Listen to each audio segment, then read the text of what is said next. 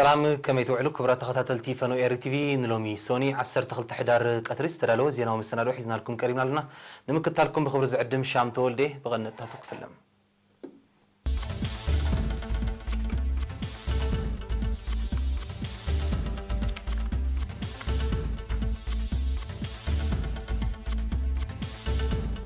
ባህልን ክብርታትን ሕብረተሰብና ምርጋጽ ማሕበራዊ ድሕነት ዓብይ አስተዋጽኦ ከም ዘለዎ ተገሊጹ ኣብ ኑዞ ዓዲ ቀይሕ ገምጋም ገስጋስ ትምህርቲ ተኻይዱ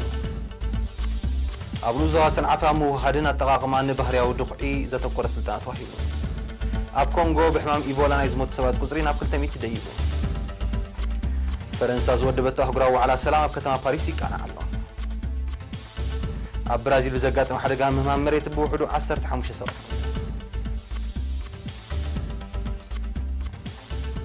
ባህልን ክብርታትን ሕብረተሰብና ኣብ ምርጋጽ ማሕበራዊ ድሕነት ዜጋታት يريتا أب مرقات محبرة ودحنت عبي أستواء خمس اللوه تجاريتهم موكل إرنا مسخدان زاد الوزين وتسبب حيلهم برغ كاروي محبرة ودحنت زيجاتات من مرقاتن أدمعينا شغلة عدز فتر بايتان متتأحن بحالن كبرتاتن بزقباء كوراسون كولدو كسجاجرون كم زقباء منيستر إيون محبرة ودحنتن ويزرالو الجبراب قليت بعسرت حدارنا عبالات مبل ساسان كلتن زوريا هجراوي أجلغلوت أبز جبرتو السمينار منيستر لول دحر بايتان أما عبابلان من كسقاس سرحتنياتات قري سرحتنياتات أبحرني توق ألسي إيو كم أمرن محدرون كمون محبراو دحنتن تلقون أبزور زعباتات سفحين تاريخ تكأسن مجلس إيبام إيو سبعي سجا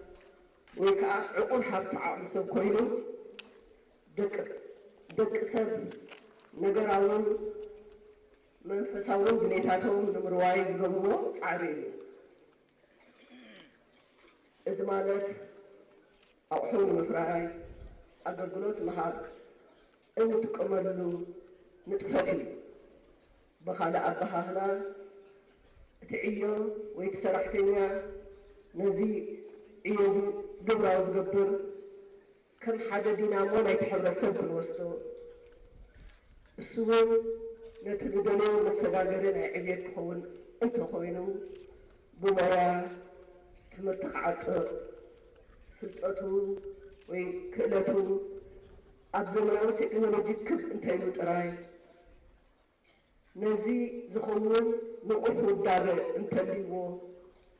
نقط أوالي أفرايمتو أبزل على درجة خلصحو بايتا فطر نحنا بمياه بفترة سمعت غيرا نزي زبرنا أصوغنا درجة كدي بزبرتوي بزلنا كنصبرو بس تحدش تكنولوجينا اتزل عوضات كنا نزقبر نخدمو بقوم بتعمال نابغنا من الأسياد نتعيو زبها الدمو بقبوخن عدكم أكل عودتات إيو نتمرتي فلتات مويا كلاتن قلباتن كم زتقالل دك سباتك زتفلالي عينتات مويان كإلتن سلزوننون دليتاتون ننبينو سلزخونان تلعوات انزتحلالخن بحريات كم زلوز تقصت منيستر لول مسجزي زمتس تكنولوجي كون محبر قطبون معبالتات وردر عداقاتات عيون فلسات هزبن كمون كالوت رواحيتات كابتوم نبهريات عيو استحلالخ زقبر مخانوم أبريهام عيو دك سبات نقراون منفساون دليتاتهم نمرواي زقبرو سعريو زبلت منيستر لول أزرما مفراي أقحتن مهاب أقلقلوتن كم زتقالل بمراه اتعياي قلبات بمويان تمرتن سقوما فلتقتون تقلتون أبزمناو تكنولوجي كبز بلن نقحتو زبرخن مسخون كتباو أفراينتو لعل مخانو أردي أم أبياتاي حبرسب إرترا كابقبن صلحي نام التحقيقات بهلي أنو هاجرنا بمباسن محرسن كم تذوقنا نسمع زعتي وزعتها إسرعتها أوروبا وإيطاليا والإنجليزان اتنعي شقنات كأسألة استعتات ولا من محبرة ودحنت أبها قرنا بزم الكتاب زهابتو مبرهد ما بالي عبرة السب إيرتران تعرضت منقستي إيرتران وحس كم زقبرو بمبراه زي تحسي كفال عبرة السب نحورو رؤسو زغللو ندليتاتون كدامنتاتون أبقى مزقتو نوصن أوان زدقف نسابقو كبري زي تنكف نسكعت محبرة وهيوات زتات احك خون كمون تتصورنتن نايس رح تبقسون زلم مسكي كون لعلت انقاقن وحلو الأتحزان كهلو ብዕቱብ ይስርሓሉ ከም ዘሎ ኣብሪሓ ሚኒስተር ዕዮን ማሕበራዊ ድሕነትን ወይዘሮ ልኡል ገብረኣብ ኣብ መወዳእታ ዓመታዊ ንስድራ ስዋኣት ክሳብ 350 ሚልዮን ናቕፋ ብመልክዕ ደበስ ከም ዝዕደል እዚ ድማ ምስቲ ኣብ ውሽጥን ወፃእን ዝነብሩ ዜጋታትና ዝገብሮ ኩሉ ዓይነታት ደገፍ ሞራል ክብ ዘብልን ማሕበራዊ ፍትሒ ኣብ ምንጋስ እጃም ዘለዎን ስለ ዝኾነ ብዝለዓለ ክቕፅልዎ ተላዕብያ ተሳተፍቲ ብወገኖም ብሉፅ መንእሰይ ንምፍራይ ኣብ ዘመናዊ ቴክኖሎጂ ዝተሰረተ ፍልጠት ከም ዝዓጥቕ ንምግባር ዝያዳ ክትፀዓር ተላብዮም ኣብ ንኡስ ዞባ ዓዲ ቀይሕ መጻኢና ብትምህርቲ ነውሕስ ብዝብል ቴማ ንምሕያለ ጻዕሪ መምህራንን ውፅኢት ተምሃሮን ዝሕግዝ ከምኡውን ኩነታት ኣብያተ ትምህርቲ ዝፍትሽ ገምጋም ተኻይዱ ኣብቲ ርእሰ መምህራን ሱፐርቫይዘራት ሓለፍቲ ኣብያተ ጽሕፈት ሚኒስትርታት ኣመሓደርቲ 21 ምምሕዳራት ከባብን ካልኦት መሻይኽትን ዝተሳተፉ ኣኼባ ሓላፍ ቤት ጽሕፈት ትምህርቲ ኣብ ንኡስ ዞባ ዓዲ ቀይሕ መምህር ዑመረዲን መሐመድ ኣብ ዝሓለፈ 5 ዓመታት ዝነበረ ኩነታት ተምሃሮ መምህራንን ኣብያተ ትምህርትን ዘብርህ ጸብጻብ ኣቕሪቦም መምህር ዑመረዲን ኣብ መብርሂኡ ካብ 2014 ተሳታፍነት ተምሃሮ ከምቲ ዝድለ ከም ዘይኮነ ጠንቁ ድማ ምቁራጽ ትምህርትኻ ብግቡእ ዘይምክትታል ትሑት ተገዳስነትን ድኹም ምክትታል ወለድን መምህራንን ከም ዘጠቓልል ገሊጹ ኣብ ትርክብ ተገዳስነት ተምሃሮ ኣብ ትምህርቲ ክብ ንምባል ብዛዕባ ክግበር ዘለዎ ኣብ ምድልዳል ስሉሳዊ ዝምድና ተምሃሮ ወለድን መምህራንን ከምኡውን ምብራኽ ውፅኢት ተምሃሮ ዘተኮረ መዛተይ ነጥብታት ቀሪቡን ብዕምቀት ተዘቲሉን ኣብ ጨንፈር ሚኒስትር ትምህርቲ ዞባ ደቡብ ሓላፊ ኣሃዱ መሰረታዊ ትምህርቲ መምህር ተወልደ ኣብርሃ ብግድኡ ትምህርቲ መሰረት ውልቃዊ ከምኡውን ሃገራውን ዕቤት ስለ ዝኾነ ንቑሕ ሱታፌ ዜጋታት ንምርግጋጽ ኣብ ትምህርቲ ዝግበር ኩሉ መድያዊ ወፍሪ ክዓቢ ከም ዝግባእ ኣስሚሩሉ ኣመሓዳር ንኡስ ዞባ ዓዲ ቀይሕ ኣቶ ሃብታይ ተስፋ ዝግድማ ዝነበሩ ድኽመታት ብምልላይ ደረጃ ተምሃሮ ንምብራኽ ኣመሓደርቲ ከባቢ ቀጻል ጎስጓስ ከካይዱ ኮሚቴ ወለዲ ድማ ኣብ ሰለስተ ወርሒ ገምጋም ብምግባር ኩነታት ተምሃሮ ክትከታተልን ብድሆታት ኣለልያ ኣብ ምእላዩ ክትነጥፍን ኣዘኻኺሩ ኣብ ንኡስ ዞባ ዓዲ ቀይሕ ካብ መዋእለ ህፃናት ክሳብ ካልኣይ ደረጃ ዝዝርግሓ 44 ትካላት ትምህርቲ ኣለዋ ኣብ ንኡስ ዞባ ሰንዓፈ ኣብ ምውሃድን ኣጠቓቕማን ኮምፖስት ዝተባህለ ባህርያዊ ድኹዒ ዘተኮረ ስልጠና ካብ ኩሎም ምሕደራት ከባቢ ንዝተዋፅኡ ሓረስቶት ተዋሂቡ ዕላማቲ ብክልሲ ሓሳብን ግብርን ዝተሰነየ ስልጠና ኣብ ከባቢኻ ዝርከቡ ጥረ ነገራት ተጠቂምካ ብውሕድ ጉልበትን ወፃኢታትን ባህርያዊ ድኹዒ ብምድላው ቁጠባዊ ረብሓ ሓረስቶት ንምዕባይ ምዃኑ ነቲ ስልጠና ዝሃበ ኢንጂነር መርሃዊ ገብረዝጋቢሄር ሓቢሩ ሓረስቶት ከባቢ ከምዚ ዓይነት ኣገባብ ብኸፊል ክጥቀሙሉ ምጽንሖም እንተኾነ ግን ብስነ ፍልጠት ዝተደገፈ ከም ዘይነበረ ጠቕስጥቑ ኢንጂነር መርሃዊ ሓረስቶት ቀሲሞም ዘለዉ ስልጠና ምስ ዝጸንሖም ተመክሮ ኣዋሂዶም ብግብሪ ክሰርሕሉ ከምኡውን ካልኦት ሓረስቶት ክጸልውን ክሕግዙን ኣዘኻኺሮም ሓላፍ ቤት ጽሕፈት ሕርሻ ኣብ ንኡስ ዞባ ሰንዓፈ ኣቶ በረኸ ምስግና ብወገኑ ባህርያዊ ድኹዒ ኣብ ከባቢና ብዝርከብ ቀልቀል እንስሳታት ተረፍ መረፍ ምህርትን ኣቑፅልትን ስለ ዝዳሎ ምስቲ ካብ ወፃኢ ዝመጽእ ቀመማዊ ድኹዒ ክነጻጸር እንከሎ ኣብ ሙሓዝ ጥዕና ሰብን ጽሬት ኣከባብን ዓብዪ ኣበርክቶ ከም ዘለዎ ብምሕባር ሓረስቶት ብሰፊሑ ከዘውትርዎ ተላብዮም ምዕባለ ሃገር ንኽረጋገጽ ልዕልቲ እንህልኾ ከነፍርለና ዝበለ ኣመሓዳር ንኡስ ዞባ ሰንዓፈ ኣቶ እድሪስ ዓሊ ሸከር ብወገኑ ተዋሂቡ ዘሎ ስልጠና ነዚ ዝዓለመ ስለ ዝኾነ ብዕቱብ ክስርሓሉ ጸዊዑ ሰልጠንቲ ብወገኖም ዝቐሰምዎ ትምህርቲ ብግብሪ ክስርሓሉን ንኻልኦት ከቕስሙን ዘለዎም ቁርብነት ኣረጋጊጾም ምሽላም ንፉዓትን ኣብነታውያንን ተምሃሮ ነቶም ተምሃሮ ተወሳኺ ሓይሊ ዝፈጥር ንኻልኦት ድማ ቅዱስ ቅንኢ ዘሕድር ስለ ዝኾነ ብሰፊሑ ክስርሓሉ ከም ዝግባእ ተሓቢሩ እዚ ዝተገልጸ ኣብ ዞባ ማእከል እትርከብ ናይ ካልኣይ ደረጃ ቤት ትምህርቲ ልምዓት ኣብ ዓመተ ትምህርቲ 2017-2018 ኣብ ሃገራዊ መርመራ ተሳቲፎም ካብ 3 ነጥቢ ንላዕሊ ንዘምፁ 12 ደቂ ኣንስትዮ ዝርከቦም 20 ተምሃሮ ኣብ ዝሸለመትሉ ስነ ስርዓት እዩ ብ11 ሕዳር ኣብ ዝተኻየደ ስነ ስርዓት ምሽላም ርእሰ መምህር ናይታ ቤት ትምህርቲ መምህር የማነ ዓንደወርቂ ኣብዚ ዝተጠቕሰ ዓመተ ትምህርቲ ኣብ ሃገራዊ መርመራ ካልኣይ ደረጃ ካብ ዝተሳተፉ 235 ተምሃሮ 35 ናይ ዲግሪ 45 ናይ ዲፕሎማ 55 ድማ ናይ ሰርቲፊኬት ነጥቢ ከም ዘምፁ ብምግላጽ ንንፉዓት ተምሃሮ ምሽልማትን ኣፍልጦን መሃብ ኪኖቲ ዝወሃቡ ኣብ ወረቐት ምስክርነት ንዋትን ዝኸይድ ትርጉም ጽልዋን ከም ዘለዎ ሓቢሩ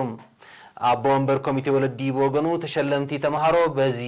ዘመዝገበ ውፅኢት ከይተዛነዩ ንዝበረኸ ደረጃ ክሰርሑን ንዝስዕቡ ተምሃሮ ኣርኣያ ክኾኑን ተላብዮም ተሸለምቲ ኣብ ዝሃቦ ርእቶ ዝረኸቦ ውፅኢት ሳላ ደገፍ ወለዶምን መምህራኖምን ምዃኑ ብምግላጽ ቤት ትምህርቶም ዝወሰደቶ ተበግሶ ንዕኦም ዓቢ ሞራል ንንኣሽቱ ኣሕዋቶም ድማ መንፈስ ተወዳዳርነት ንኽሕድሩ ሓጋዝ ስለ ዝኾነ ካልኦት ኣብያተ ትምህርቲ እውን ክስዕብኦ ተላብዮም ቤት ትምህርቲ ልምዓት ኣብ ዞባ ማእከል ካብ ዝርከባ 23 ናይ ካልኣይ ደረጃ ቤተ ትምህርቲ ኮይና ኣብ ምምሕዳር ገዛ ባንዳ ከባቢ ማይጭሆት ትርከብ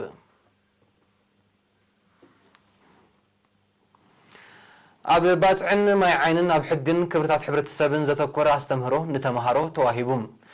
ነቲ ኣስተምህሮ ዝሃቡ ኣዘዝቲ ፖሊስ ካብ ወለዶ ናብ ወለዶ እናተሰጋገረ ዝመጽእ ዘሕብን ክብርታት ህዝቢ ኤርትራ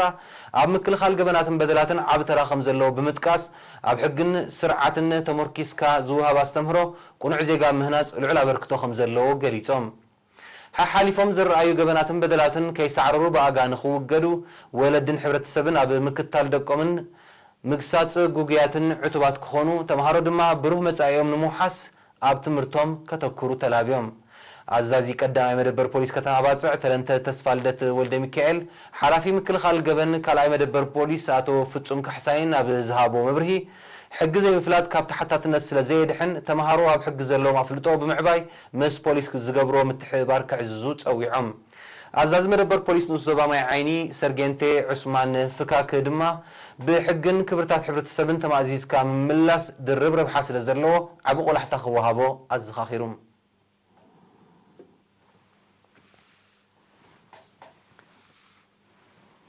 ቀፂሉ ዝቐርብ ዕለታዊ ዜና ሃገራት ወፃኢ ንምክትታልኩም ደጊመ ብክብሪ ዕድም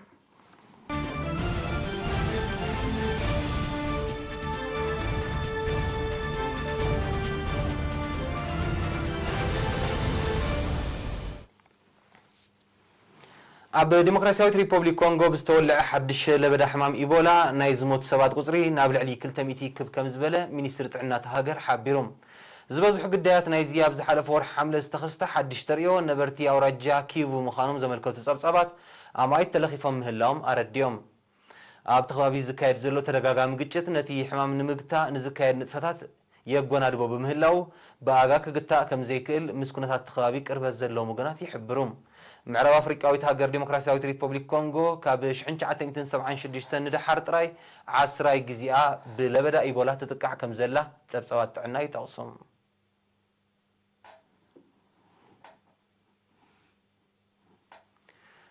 ዝኽሪ መበል 100 ዓመት ምዝዛም ቀዳማይ ውግእ ዓለም ትማሊ 11 ሕዳር ኣብ ፈረንሳ ተጸንቢሉ ኣብ ከተማ ፓሪስ ኣብ ዝተኻየደ ብውሕዱ 80 መራሕቲ ሃገራትን መንግስታትን ዝተረኽቡሉ ስነ ስርዓት ፕሬዚደንት ኢማኑኤል ማክሮን ኣብ ዝሃቦ መግለጺ ንቁጽሪ ናይቶም ኣብ ትውግእ ዝተቐትሉ ወተሃደራትን ሰላማውያን ሰባትን ብምጥቃስ ኤውሮጳ ዳርጋ ነፍሰ ቅትለት ከም ዝፈጸመት ሓቢሩ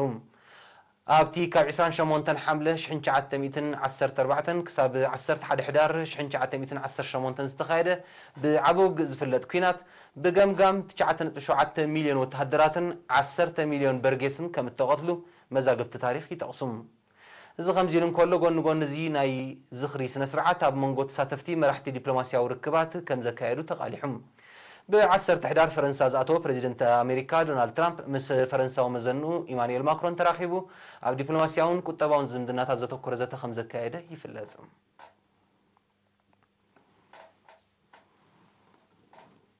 እዚ ከምዚ ኢሉ እንከሎ ብምኽንያት ዝኽሪ መበል 100 ዓመት ምዝዛም ቀዳማይ ውግእ ዓለም ፈረንሳ ዝወደበቶ ኣህጉራዊ ዋዕላ ሰላም ካብ 11 ክሳብ 13 ሕዳር ኣብ ከተማ ፓሪስ ይቃናዓሎም ፕሬዚደንት ፈረንሳ ኢማኑኤል ማክሮን ኣብ ዘስምዖ መኽፈቲ ቃል ምርጋጽ መጻኢ ሰላም ዓለምና ኣብ ኢድ ሃገራት ከም ዘሎ ብምሕባር ሓርበኛነት ሃገራውነትን በበይኖም ኣመራር ስለ ዝኾኑ ከም ምኽንያት ንምዝራግ ሰላም ክንጥቀመሎም ኣይግባእን ክብል ገሊጹ ፕሬዚደንት ማክሮን ወሲኹ ቀንዲ ጠንቂ ናይዚ زعابي هلكيت ودسب استرائيل وعالم والكاو ربحات مقدامن بحتاو مقدي ممراز من باروز قالت بريزيدنت ماكرون بزح وغناوي أكايدا كعقب تصويعهم والناس صحفي حبرات هاجرات أنتونيو غوتريشن مراحيت منغستي جرمن أنجلا ميركلن بوغنم ناقد سنة بزح وغناوي أكايدان مرقات أهجراو سلامن زن صبار مرر أسمعهم أقدي مستخايدة بزح وغناو سمعات نهاجرو زربح كوينو خمزيت أنا حب مقلاص ناي مسحب سقمتات وسده بريزيدنت أمريكا دونالد ترامب أبتي وعلى كم زيت ساتفه مع كنات زينة أكاليحن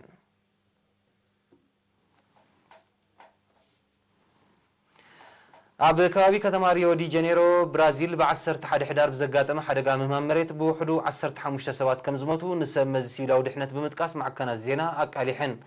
በቲ ንሰለስተ ተኸታተልቲ መዓልታት ዝወቅዕ ብርቱዕ ዝናብ ዝኸተሎ ሓደጋ ብውሕዱ 6 ኣባይቲ ከም ተደምሰሰ ዝገለጹ ጸብጻባት ብዝተኻየደ ህጹጽ ናይ ምድሓን ህይወት ስራሓት 11 ብህይወት ከም ዝድሓኑ ኣፍሊጦም ሰብ መዚ ሲቪላዊ ድሕነት ናይ ምድሓን ህይወት ስራሓት ይቕጽል ከም ዘሎ እኳ እንተገለጹ ዝተደብዩ ብህይወት ክሰሩ ዘሎ ተኽእሎ ግን ትሑት ምዃን እዮም ዝሕብሩ ኣብ ብራዚል ብሓፈሻ ሪዮ ዲ ጀኔሮ ኣብ እትርከቦ በረኽቲ ኣኽራናት ዝበዝሖ ደቡባዊ ሸነኽቲ ሃገር ድማ ብፍላይ ሓደጋ ምህማም መሬት ቀጻሊ ከም ዘጋጥም ጸብጻባት ሃገር የረድኡ ኣብ 2010 ኣብ ከባቢ ከተማ ኒቴሮይ ብዘጋጠመ ተመሳሳሊ ባህርያዊ ሓደጋ ብውሕዱ 48 ሰባት ከም ዝሞቱ ጸብጻባት ይጠቕሱ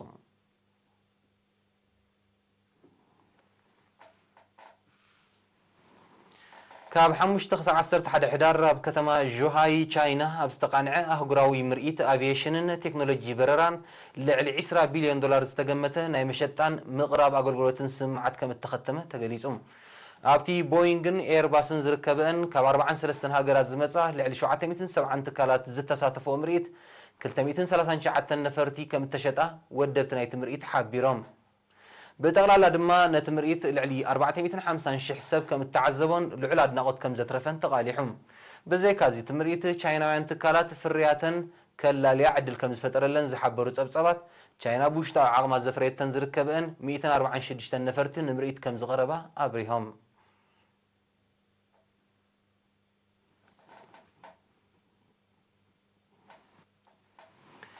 عسرت حد حدار بملع علم بحفشة أب تشاينا دما بفلاي كم معلتي نتجبرر مالت سكابولي تذكيرا بتوعللو تكالات بزقبرو مقدال واقع كابك عنده علتات عداقة كتكون أبكي واخم زلو تحبيرهم بمقدي انترنت زقبر عدقي أقل قلوت زهبات تكالات تمالي عسرت حد حدار أبوشت عسنا 4 ساعات نايل علي حادة نتبي 4 بليون دولار مشت خمسة كايدة تسبت نقدي تشاينا يحبرهم بفولي لو معامت اللي 10 شح تكالات كالوت هاجرات ابتي لعل مقدال واغا زغبرو لمشط نبرت كم تصنبرا زحبرو تم صبصبات እዚ ድማ ንኣድማዕነት ናይቲ መንግስቲ ቻይና ዝጥቀመሉ ዘሎ እታው ናይ ምዕባይ ስጉምታት ምዃኑ ኣነፂሮም ቻይናውያን ዓደግቲ እውን ነቲ ዕድል ተጠቂሞም ፍርያት ካልኦት ሃገራት ዝኾነ ጠለባቶም ከማልኡ ከም ዝኽኣሉ ተገሊጹ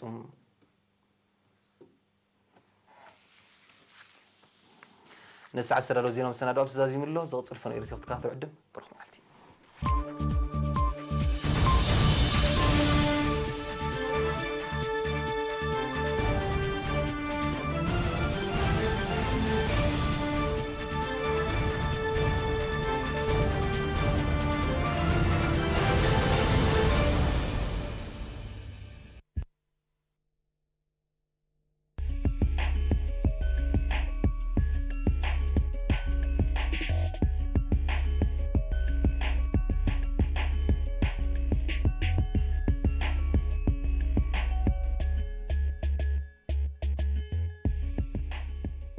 سلام كم يتعنكم كبرات عزب تعلت هاو زينا سبورت ونو زينا زنبالكم ميكيال حدكم أتلت نازريت ولدو تمال سنبتا بكتما بيروت ليبانوس أبستخير نيماراتون وددر بمستاف كالاي درجة حيزا وددر فتسيما أبز وددر زي كلتا ساعة 29 دغنا 48 جيزي زهرمت نازريت هاقراو نيفرق ماراتون كبروسن ولقاو نيماراتون جيزيانا محيشام حند كاب جرايم دك أنشاء أتلتات هاجر نازغونات نازريت وناني تهاجراوي كبروسن 400 800 500 1,500 كمون 10,000 مترونيام إذا كم زين كله كاب زين أتلتات هاجرنا كيوت أنات تمار سنبت بإسبانيا بستغيدو جويا آتو بورسكوز سمونا جويا مرور نيت 9 كيلومتر وددر يرجعون أتلتات أرون كفله كلاي تغلى مريم مدحن تاشعية ما هي لسلاسة دمان مبلع عصو 4 ترتاحيزون وددرون فتمام نزود درزي وغانداوي جاكوب كيبلي مويو تعاوتلهم تعزب تعيط هاوزينا سبورت سابجي فتسام سلام